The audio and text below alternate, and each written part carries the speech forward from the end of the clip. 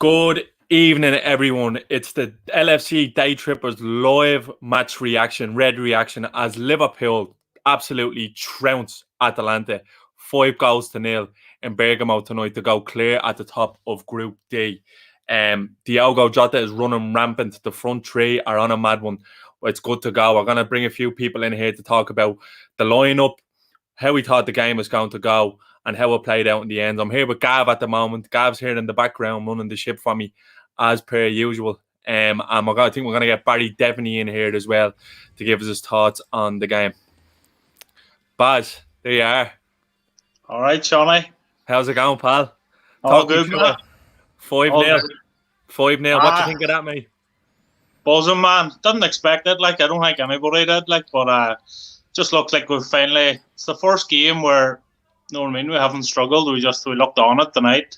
Yeah, I think Atalanta helped us because they weren't camped on their own half, so kind of worked on our favour. But we're just quick, sharp, off the mark.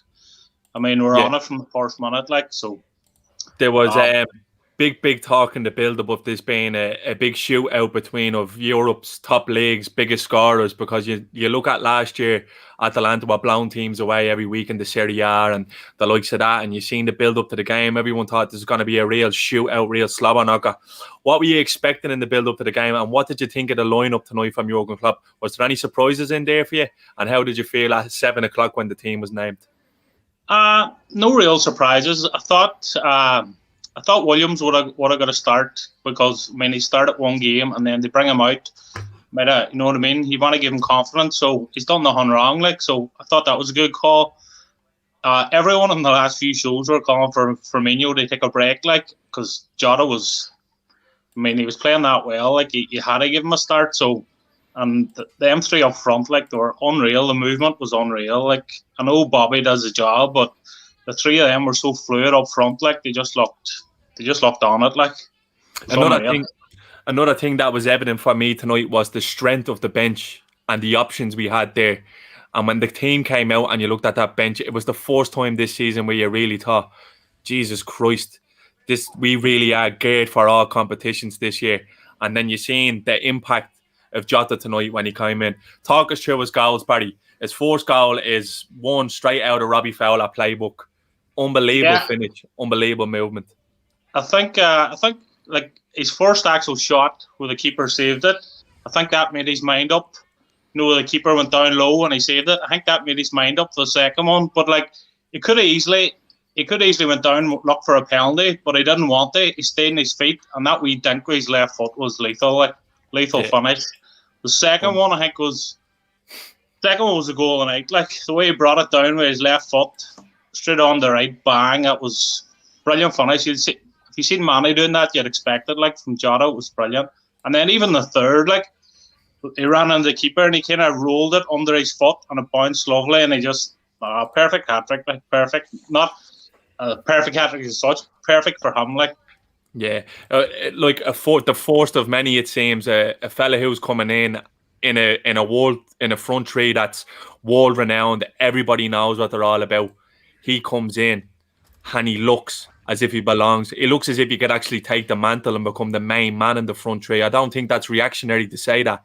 I think when you look at the way he interacts with the front two, the difference of options he gives us running in behind, something that Bobby doesn't do. He's doing that for us. Chris, how'd you feel about the game, mate? Buzzing, mate. Absolutely buzzing. It was like watching the Liverpool attack of 17-18.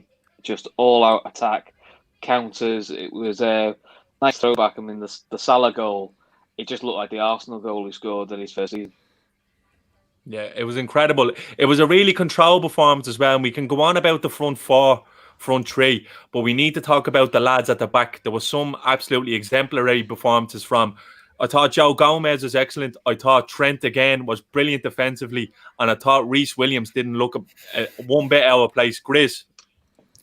Gini and Hendo, not been talked about. Everyone's talked about Jota. I'm sure you guys have smashed the Jota chat. But Gini, exactly what I was going to say, the control that Gini and Hendo enforced in that first 15 minutes, enforced on them, set the tone for the rest of the game.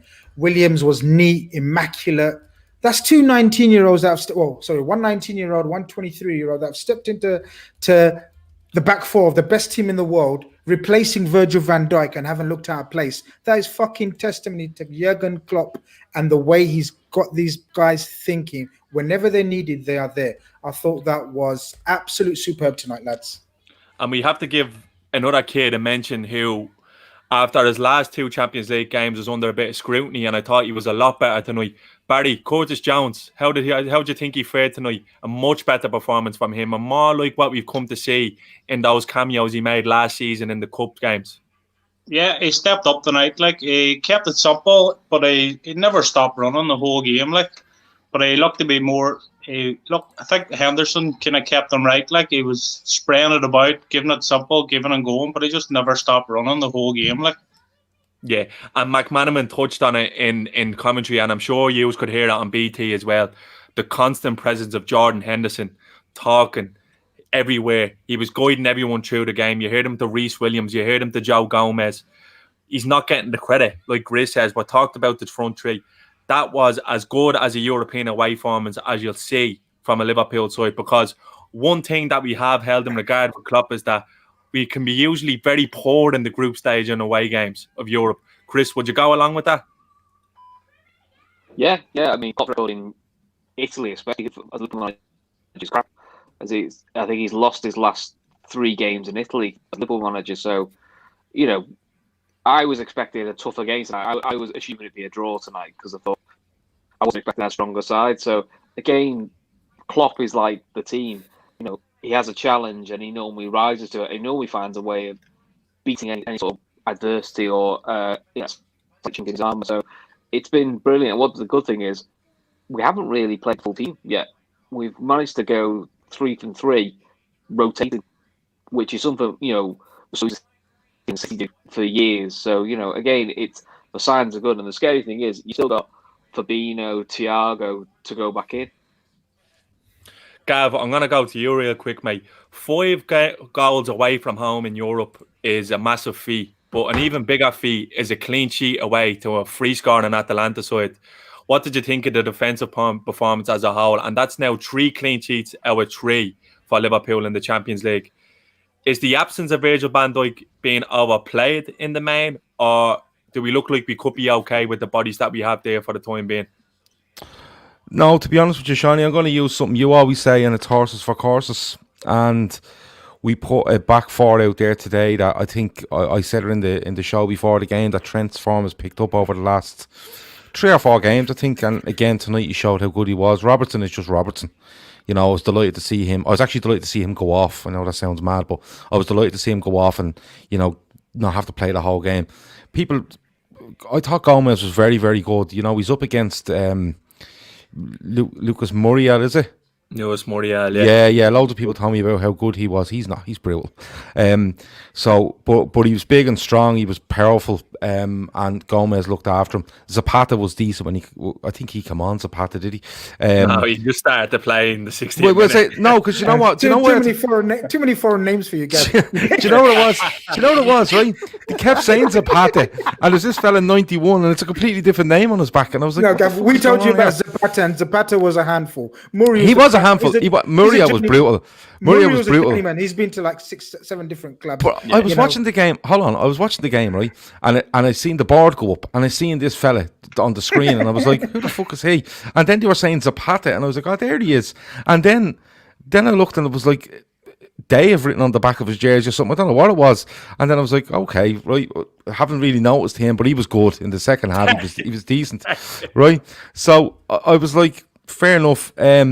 But Reece Williams was the one that impressed me most. Like, there was one in the first half where it came out of the sky and you're expecting to come onto a young defender, just head it. and it was just inside his own half, and he just let it drop on his chest and literally gave it to Henderson, and you do whatever you want with that. But Reece Williams was very good. The back four were good, but they're poor. As much as people go on about them, I told you before. Listen, little Papi Gomez or whatever his fucking name is. He's a good player, Gav. He's a good player. Listen, Seany, they think they're good at football, but there's lots more to football than passing the ball and looking good, and they're not. They're simply not. But Liverpool were absolutely excellent. I said it before. If Liverpool go out, do their job, be professional, concentrate, they'll win the game, and they did. And I was delighted for loads of players on that pitch to me. Yeah, it looked as to me that.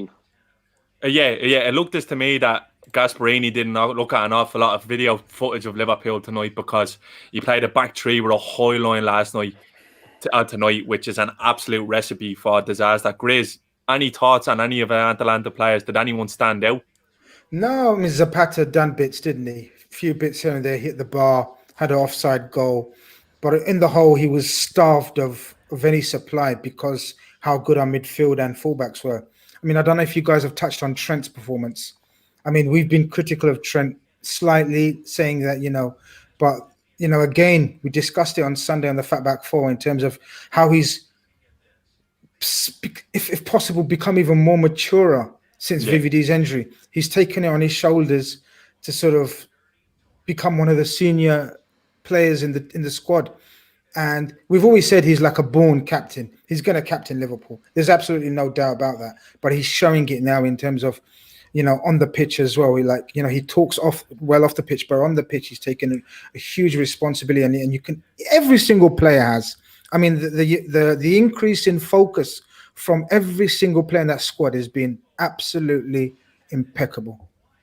Yeah, people think here I'm messing.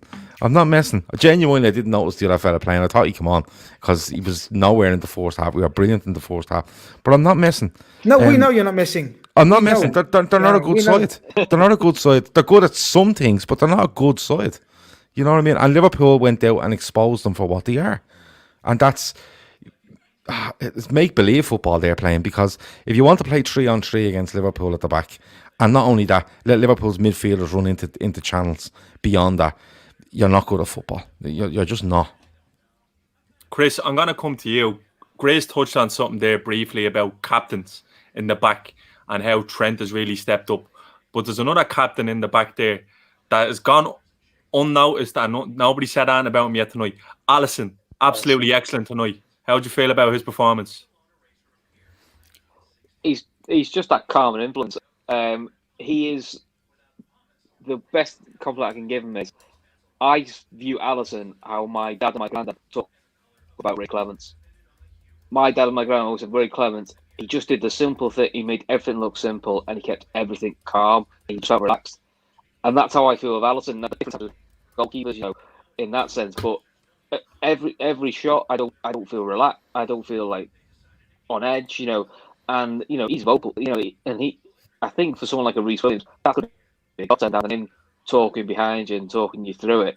But he's just got that calm and influence, which we haven't had a calmness for keepers before for ages. We're so used to very shaky keepers who don't do anything. So it's a good point. He's brilliant, and it's just seamless. Barry, I'm gonna come to you before we get another couple of lads in here. Your man of the match tonight, I'm going to say bar Jota, because I think it's a little bit obvious to say Jota. So who was your man of the match tonight? Bar Jota, I would say Hendo, probably. Hendo. Good show. Barry, Chris, lads, thanks for joining us. We're going to get a couple of more lads in here because there's a few chomping at the bit to come in. They're all buzzing. Nice one, boys. No worries. Take it easy, lads. Thanks for having us. Cheers, guys. See you later. Bye-bye. Bye.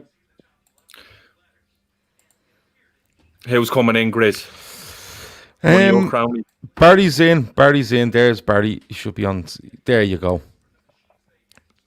Barry, turn the light on. Barry, put your clouds on. He's frozen. No, but we'll keep going. Grizz, 3 from 3, 9 points. Where does that leave us with the group now? There's room to think on now with a packed schedule. Mad. So absolutely. I mean, listen. In the group, I was saying before, when the teams were announced, I thought we went too strong. Call me a mad cunt. I thought, why are we getting so strong with City around the corner? City rested. They're both their centre backs. Jesus was on the bench. Rodri as well. So I thought, okay, we've got 6 out of 6. Even if we lose this, we've still got this group locked. What the fuck do I know? We went out there and finished it in 20, 30 minutes. It leaves the group dead. We did say that we should finish top of this group quite comfortably. But it's a brilliant position to be in, Seany. We, especially with the road turn and sort of the status of our squad at the moment, some massive, huge captains, players, ballers to come back. It gives us a chance to rotate, man. This is what we needed. Gives us a breather in months to come, games to come. Right decision. Klopp's the man. What the fuck does Grizz know? Exactly. Yeah, it's the best thing you've ever said. Seany, the thing for me about tonight was, and listen, I'm having a go at Atalanta. I'm only doing it because they were hipster choices and stuff like. Don't get me wrong. You know, Brendan Rodgers is looking after them the way you're going on. Yeah, no, I know it's a bit harsh, right? But like, and they were brilliant in the Champions League last season because they caught people by surprise, I suppose. And people having a chance to look at them now know them a bit better. But Atalanta, the problem Atalanta had tonight was, and they thought they were in Liverpool's league, and then they found out very quickly they weren't. Because Atalanta would have been better off coming out and going, listen, be a bit pragmatic. Let's sit back and let's see if we can get this Gomez fella on. Because I think you'd be better off sitting in a bit deep and letting the likes of your man Zapata chase down balls and stuff like that, because he's so big and strong. He went past Gomez at one stage tonight. Alisson made a great save and he just blew past him. Like, he smoked him, you know what I mean? But enough about them. Liverpool tonight, I love the fact there was no fans on the ground. I love the fact there was no crowd noise, and you could just hear pass, quicker, move. And at one stage, Curtis Jones misplaced the pass. Liverpool in complete control, and there was roars at him from 3 directions. You know, 3 directions. Like, what? Give it over, make that stop. Come on, keep on it. They were sensational tonight, and for me, Seany, the biggest thing was that's the most comfortable I've seen Liverpool look since Virgil van Dijk has been out of the team. And that's a nice segue, Gav, because what I'm going to do is we're going to talk about the impact of Jota and how this system is changing a little bit and how we've become a different nut now to crack with the likes of Jota who can go in behind. You look at the 3rd goal there tonight. He's making that run all game and he gets on the end of one. Grizz, Jota's impact. It's like it's 10. I think he's 9 goals already for Liverpool. How far 7 can he goals go? in 9 games. Oh, he's scoring every single game. He's scoring every single game this season, lads. He's not going to fucking stop. This is going to carry on. It's mad how everything we say in the Fatback 4 on Sunday comes to fruition. How fucking good are we? Can we give ourselves a pat on the back as well, lads? Because we're sick at this. We know this game. We talked about Jota's movement. We talked about as a combination of these 3. The only reason we talked about changing formation was because of the bad form Bobby was showing, right? So that's why we had to rejig the midfield possibly, and we were talking about 4-2-3-1. With this guy going through the streak he's going through, we don't need to change anything. We can stick with the 3 players in midfield that Klopp does like having to ascertain control like he did today, to do the hounding, the pressing, because this guy is fucking electric. Listen, what can you say about this guy that hasn't been said? His off-the-ball movement, a combination, and what goes unnoticed is his brute strength, Seany. This guy is strong as a fucking ox, just like Mo. You know how Mo can hold off 6-foot centre backs all day long, play the ball into him, and it will stick. And this guy, you look at him and you think, we can bully him. You can't bully Jota. He's reminding me so much of a player who was so good for United and for both City, Carlos Tevez. He has a bit of Carlos Tevez about him. You said that. That tenacity, that pace, but the finishing is unbelievable. That's not the finish from a winger tonight, the 4th goal. The second goal that's penalty box fucking. That's correct. That's striker that's stuff. Foul as shit, man. That's Robbie foul as shit. But like Barry Devaney made a great point. It's a perfect hat trick. Now, left foot, right foot header is usually a perfect hat trick, but for him and the player he is, like the first one he could go down and get the fella sent off. But what's he do? He dinks it, probably with his wrong foot, and he dinks him. And the second one touch inside, lets it drop, bang. And the third one, great movement, great pace, great finish, but the movement was the key for me, Seany. Steps away from the defender just a bit to get him on the wrong foot and going the wrong way, and then bang, put me in behind. And he's Who said Torres? Seany did, and the couple in the chat said as well. But Torres, more so Torres than Tevez to me. It was so reminiscent of the Torres goal at Marseille years ago. Do you remember that one? Where he just lifted it. It reminded me exactly of that when I seen it. Now, but lads, we're 20 minutes in, and we haven't even touched on the other two lads. A stat that came out after that game, which I couldn't believe, is that after this many games, this is Mohamed Salah's best start to a season for Liverpool in terms of goals. What did you think of him tonight, lads? Mo Salah looked as sharp as attack. He really did. I don't know whether you know, when Firmino plays, and a lot of people write off Firmino now, and they'll say, "Oh well, Jota has to start the weekend." I'm going to go on record and I say Firmino starts the weekend. But the thing about, I think Salah looked so happy because it was like, oh wow, another fella that can run really fast beside me. Rather than, now we dropped off great, Jota, and he played, he interacted with the rest of his team great, but that threat was there all the time. So lads couldn't come out with him, and if they came out with him, the space was in behind for Salah all day long. And you know, when Firmino plays, he's so good with his back to goal and link and stuff and all. But defenders can kind of play a game of cat and mouse where he's not going to run beyond me. But if you think Jota's going to run beyond you, and then you're vacating space, or you want to get tight to him, that just exposes you more to Salah. And Salah was making runs outside defenders, out to in. He looked so dangerous tonight, and he capped it with a brilliant goal. Yeah, the finish was there tonight, Graves, wasn't it? He's been on the periphery of those finishes. He's done everything bar the finishes. But do you know what? Especially this week where he's had all this shit thrown at him in the media. I loved his attitude. Did he give a bollocks? Did he even in this? You know, sometimes you can always sometimes tell a player's got the shit thrown at him on his mind when they do the celebration of all the cupping the air or something. They give an indication that it's bothered them, or they've even read or listened to it. Nah, mate.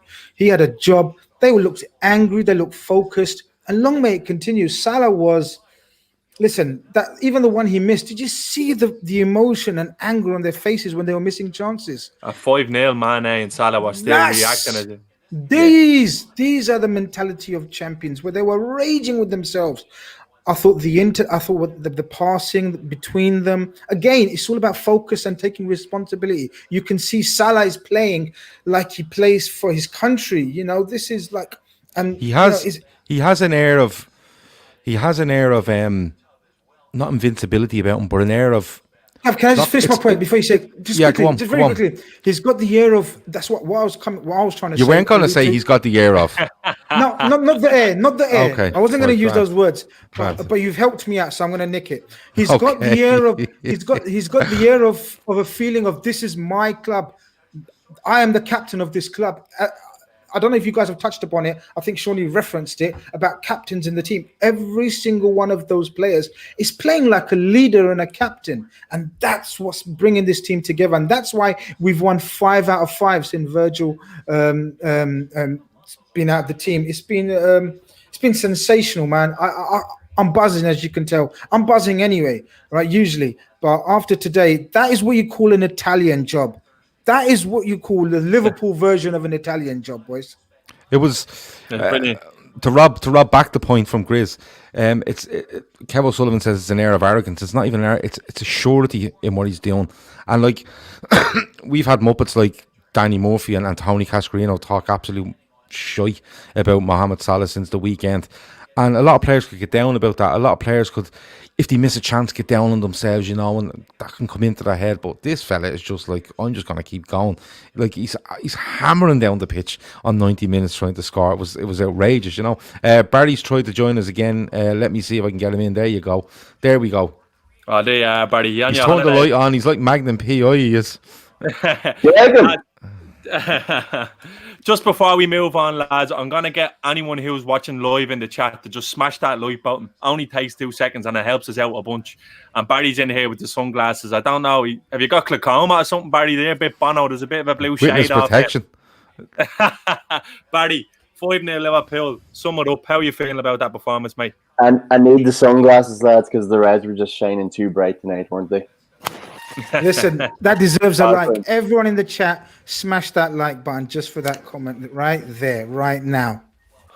Barry, I was going to touch on something with the lads. For the last couple of seasons, we've seen this kind of inherent competition between Trent Alexander-Arnold and Andrew Robertson in terms of who can get the most assists. With the goal scoring form that we're seeing you, Diogo Jota in now, can you see this igniting a bit of a fire between the three lads as to who's going to be? And how positive of a thing do you think that will be for us going forward? Because, look, it's going to be 3 games a week now, so they're all going to be playing a lot of football. It's an exciting thought to think the boys on the wings, right? We have another target to hit. That's one thing. But then the competition that generates between the lads, you were missing something ever since Bobby stopped chipping in with the odd goal. It's lacked a wee bit, and maybe pressure is almost set in amongst Sadio and Mohamed. So to think now that you can slot somebody as talented and as lethal as that in between them, because now not only do you have to mark Mohamed Salah, not only do you have to mark Sadio Mane, you have to mark this kid who's going to be the next big thing, the next front rear, as I like to call him. And already I'm looking forward to dismantling Man City's back line. Big call by Bazza there. Grizz, I'm going to come to you on a point that Rio Ferdinand made in the post-match on BT. Oh, it must be shit. No, it wasn't. It was one of worry and panic that he can't believe that it looks like the recruitment team at Liverpool have hit an absolute home run here with Diogo Jota. 23 years of age, miles and miles away from his prime. You can argue that he still has to settle into this squad. Just how good can he become? Can he make himself the main man in this front three, or do you think it might be a call too soon for that? No, I'm making this call right now. Baz is right. This is the next superstar, so to speak. So when we bring in Mane, people talk about him being inconsistent at Southampton, but he turns into a 100 million plus player within a season. People talk the same about Mane. You know, we bought him for Salah. Bring him in for 30, 40 million, and everyone says, but he's been to Fiorentina, Roma, Chelsea. Can he do it again?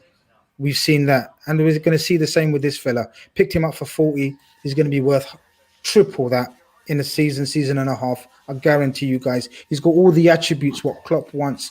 Klopp's, we talk about how he plays 4D chess. This is it. This is one of those moves that he's seen before anyone else. He's envisaged, he's foreseen Diogo Jota in this team, in this setup. And then he knew he's got Thiago coming in as well. Lads, we've got Thiago. Lads, we've got Thiago to add to this magic potion. Do you guys realize what the fuck this means for the world? Not for the Premier League.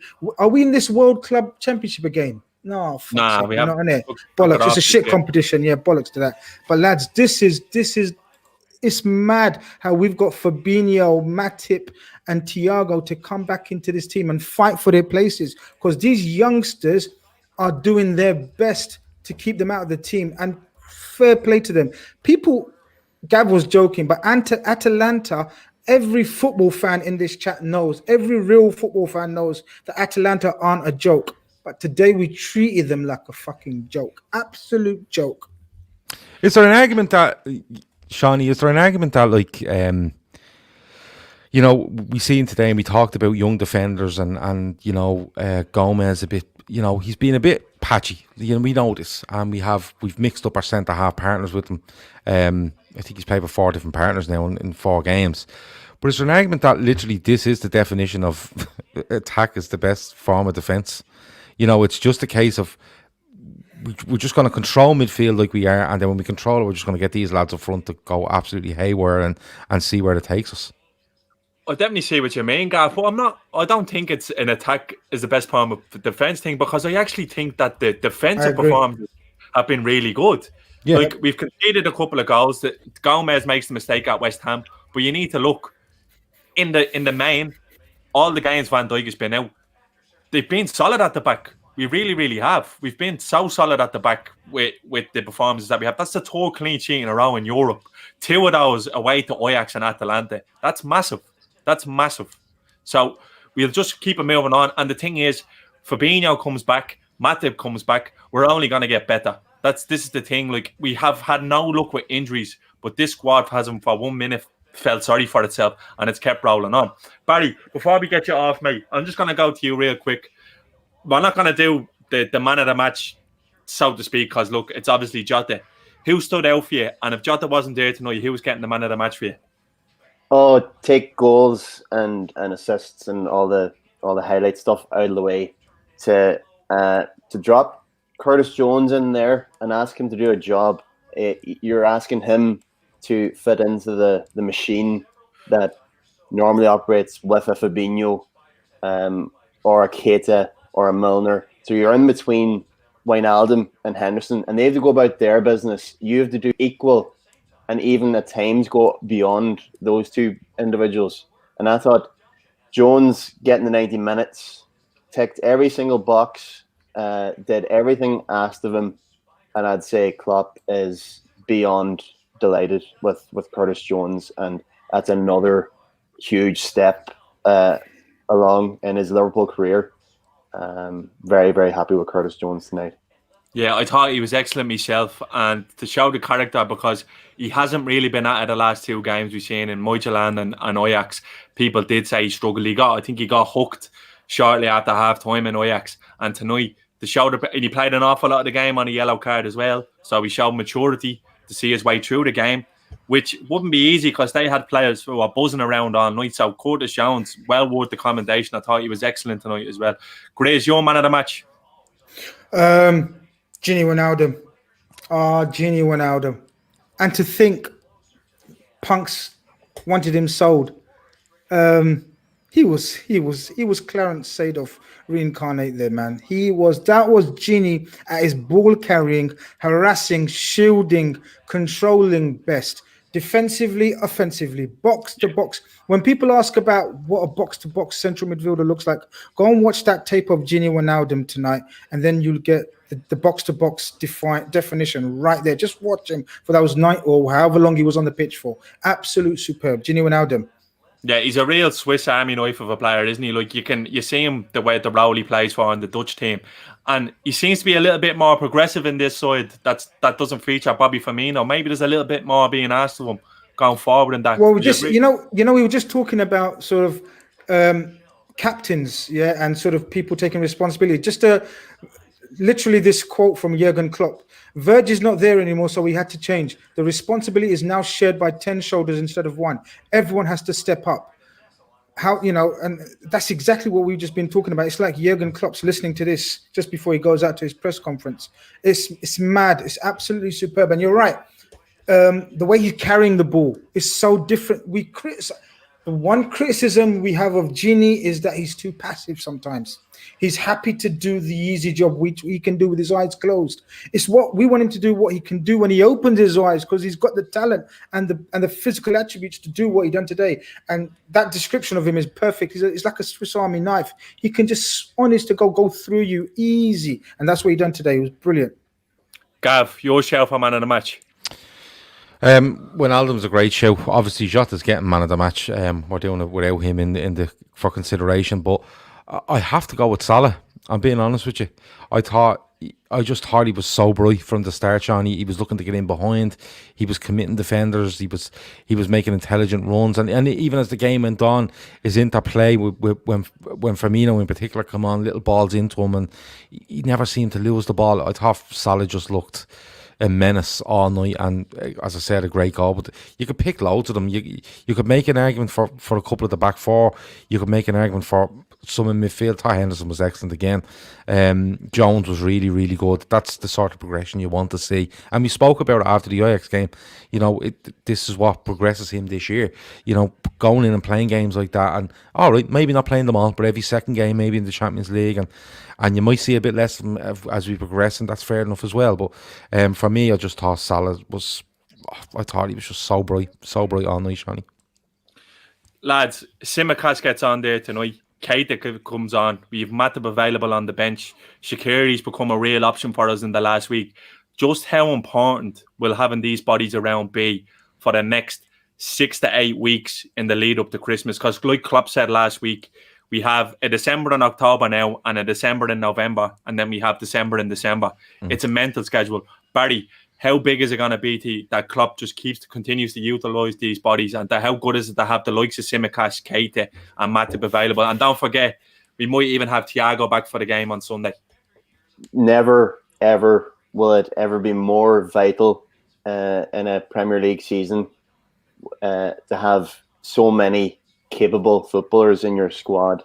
And as more time passes, more players will return inevitably, because you're not even considering Oxlade-Chamberlain in the current shape of things. So yes, in what you're saying, Tsimikas and Keita, two big ones coming in, because two massive rotating positions, really. Because if you can get minutes out of Robertson's legs at any time, you know, you want to do it, because he seems to. Robertson has been the one probably most, you know, utilized, most used in this early part of the season. So no, it's going to be massive. It's going to be absolutely massive to keep everyone fresh, everyone right. Thankfully, this week it might be the least demanding. It's a Tuesday to Sunday jump, so there's that.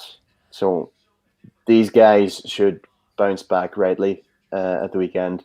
But to be able to think you can bring in the massive experience of Matip in for the biggest game of the season, that's tremendous. So getting the 5 subs is massive in Europe, and we know how to use it. Gav, as Barry touched on there, the biggest game of the season so far coming along on Sunday.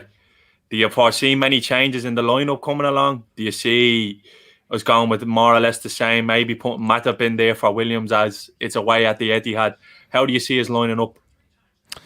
As much as stick as I give Matip, he usually comes back from injury and he's okay. First game in, he doesn't seem to need a couple of games to get himself sorted. I think Matip would start. The midfield is the interesting one, though. You know, you're definitely going. I'd have Henderson, Wijnaldum, THIAGO all fucking day long, and then what do you do up front? I think he will go with Firmino, Mane, and Salah, and I've no issue with that. I don't get into all this who starts and who doesn't and why isn't he starting. Like, trust me, if you put Firmino, Mane, and Salah up there against City's defence, then you're saying, listen, on 65, I'll take any of them off and I'm going to throw Jota in to go at them. You know, we've talked about Man City's depth for years, and they have this, and Sterling, and they have Mahrez, and they have Jesus, and they have Aguero, and the names roll off the tongue. Liverpool have that, Seany, and it's proven that they have it. It's not a case of he's just a fourth body there. He's 7 goals in 9 games. It's outrageous. So I'm not too fussed on the starting lineup that goes out against City. What I want to see us go at City. I want to see not go on and be passive and be pragmatic at the weekend. I don't want to see us, you know, see what City have and then react. I want us to go at City's throat from the first minute. And I think if we do it, and if you have THIAGO feeding any of those front three, along with Henderson and Wijnaldum walking their rocks off, City won't live with us. I just can't see them living with us. Chris, Gav's at this making a point there that he reckons it'll be Firmino, Mane, Salah on Sunday. What do you think? The clamour for Jota to start is going to be massive now, because we know the way that the fans are. They can be very reactionary, and look, everything Jota touches at the moment is turning into goals, not gold. Goals, everything. Goals, yeah. It's going in the back of the net. How do you feel? Do you think Jota might nip in there on Sunday? Shawnee, one thing we know about Jurgen, Klopp is that he's not a moments manager. He doesn't go with he doesn't go with clamor. He doesn't go with sort of what the fans want. He knows what he wants. His coaches have planned this game week ahead, man. Week ahead. Matip will come in. There's absolutely no doubt about it. He won't play the young lad, even though he's been immaculate.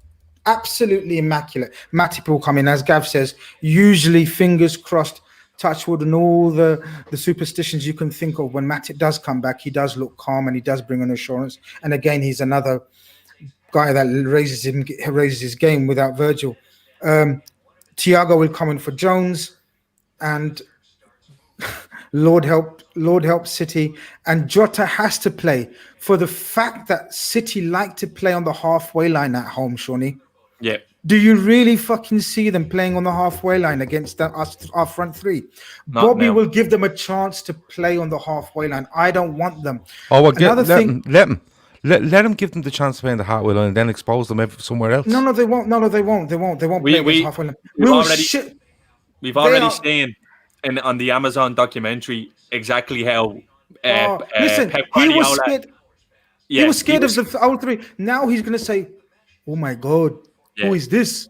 Well, he's going to know who's fucking this. This is Diogo Jota. He could be Diego Maradona. Is cross between Jamaican and Indian. He's from Nigeria now, is he? Is he from Nigeria now? Yeah, he's a cross. He's a cross between Jamaican and Indian. Good, but listen, but that's not important right now. What's important right now is we utilize this run that Jota's in this form and this streak, and they had an understanding between the three of them. It wasn't a solo effort.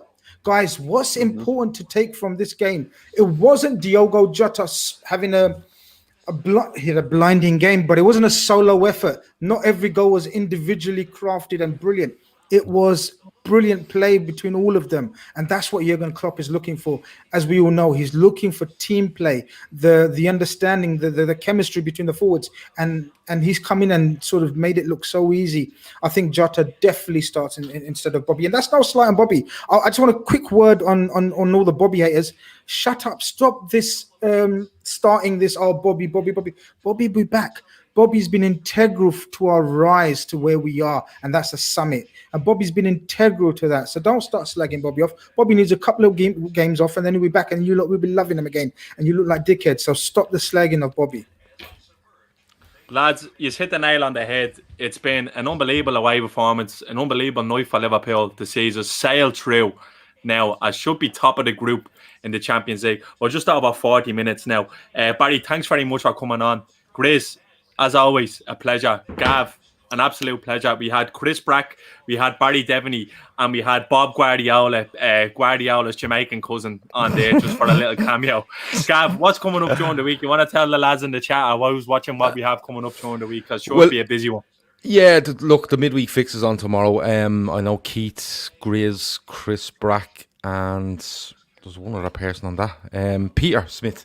They're going to just go through the football from the week, so they'll do a bit more on this game. Obviously, I know they want to talk about the treatment of Salah at the weekend in a bit more depth as well.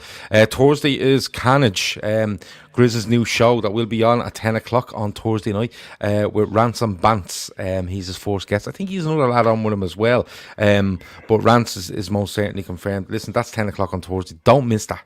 Whatever you do, if you're watching now, don't miss it. If you're watching now and you haven't subscribed, subscribe. If you haven't hit the bell icon and you're subscribed, hit the fucking thing. You don't want to miss this. It's going to be an absolutely brilliant show that we're going to bring you as much as we can, or Grizz is, over the coming season. Friday will be the Friday forecast as normal, Shawnee, and then Sunday will be a busy one. We'll do a pre-match show, and then we might do a little post-match one, but we'll be definitely back on Sunday night for the Fatback 4. So it's loads of stuff to be done. I'm even out of Ledley King role this week. I'm doing 2 in a week now. Things are changing. You know what I mean? Amazing. This could be omens for Matip as well. We only have Shawnee on tonight because we got a government grant to pay him.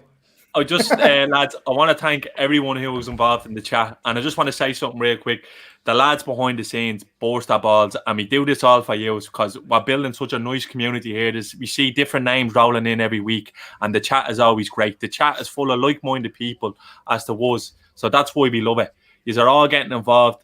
Yous are popping in and out with super chats. It's not necessary, but I just want you all to know that it's super appreciated, because behind the scenes we are bursting our balls, and all we ask is for the small like, a little share around WhatsApp group, because there's loads of Reds all over the place. There's millions of us all over the world, and we should be getting into more areas, because like you know yourself, the content is absolutely brilliant, and the football, we're getting back to the level that we were at, and the sky is the limit. So again, lads, thanks very much for all. And Gav, Chris, Barry, 5-0 Reds. We go marching on.